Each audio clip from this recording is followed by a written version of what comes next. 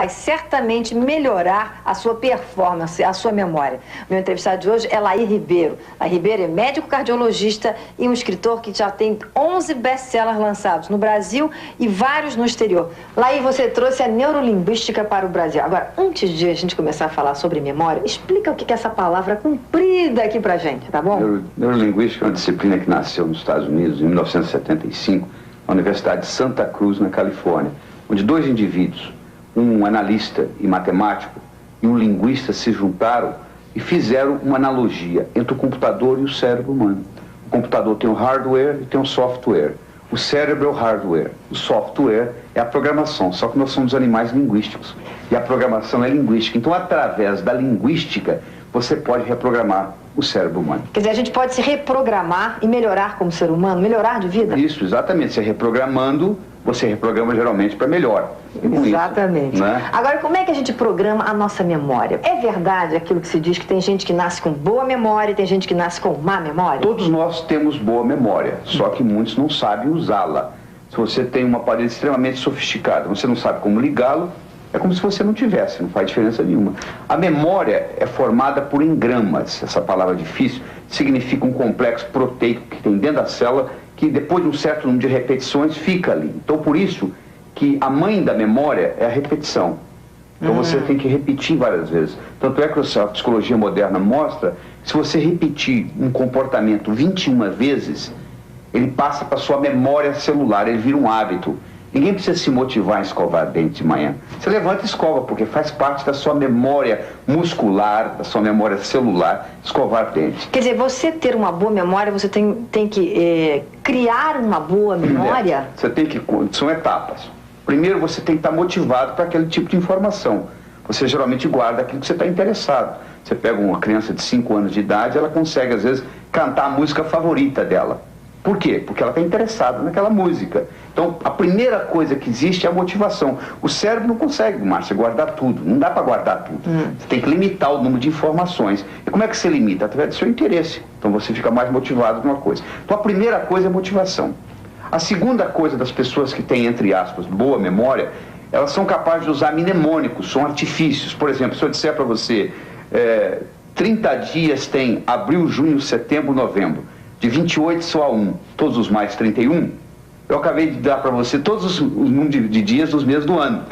Então o que eu fiz? Uma brincadeira, criei uma rima e com isso você memoriza. Então você já sabe. Então no momento que você fez isso, você criou o quê? Você criou um mnemônico.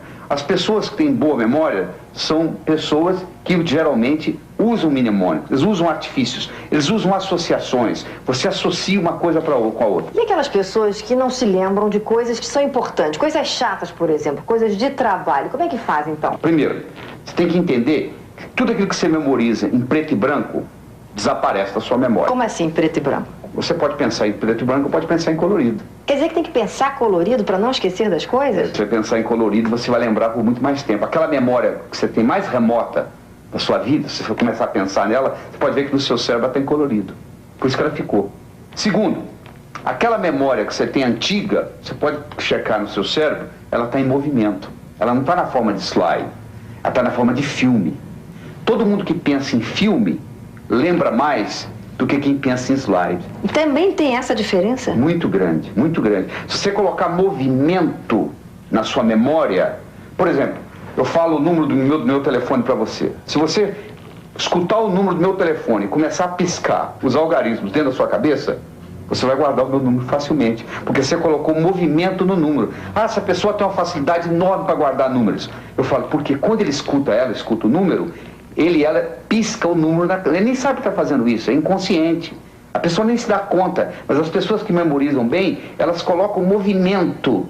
Então, às vezes, você não lembra de uma coisa, onde é que está meu relógio? Aí você entra no quarto onde você colocou o relógio, na mesma hora vem na memória, não vem? Vem. Porque o contexto voltou. Então, eu ensino para o estudante o seguinte, você está fazendo a prova no vestibular.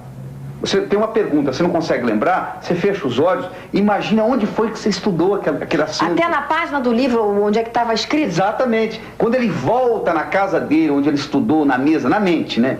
a memória volta, porque a memória depende do contexto. Então você está falando isso, eu vou mostrar aqui esse Como Passar no Vestibular, que é o último livro que ele está lançando agora, que você dá dicas sobre a memória. Tem 3 capítulos aí, só sobre memorização. Especialmente para quem quer passar em vestibular também. Esse livro foi feito, nós fizemos uma coletânea de conhecimento de 18 indivíduos que passaram em primeiro lugar no vestibular no ano de 96, respectivamente com seus professores e alguns vestibulandos, e fizemos um brainstorm, o que faz um aluno passar em primeiro lugar. O que faz um aluno passar em primeiro lugar, Laí? É uma combinação de 3 coisas. Primeiro, ele tem que ter autoconfiança. Você conhece muita gente que estudou, chegou na hora, deu branco, não passou.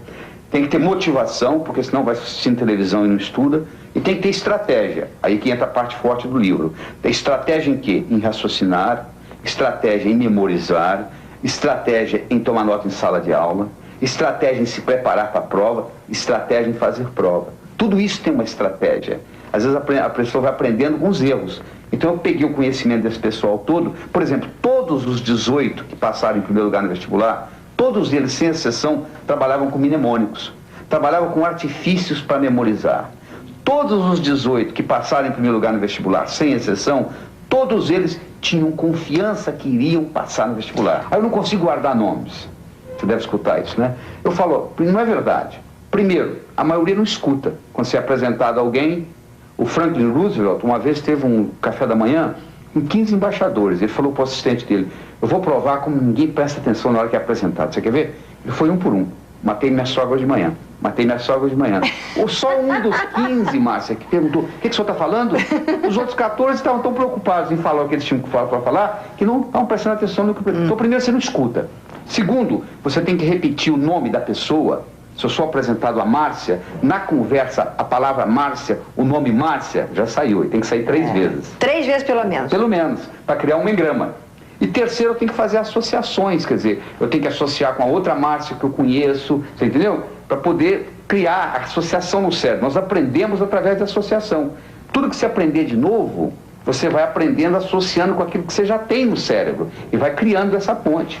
Então todos nós temos boa memória, só que muitos não sabem utilizá-la. Laí, olha, foi um prazer enorme conversar com você. Eu tenho certeza que muita gente em casa vai se ajudar.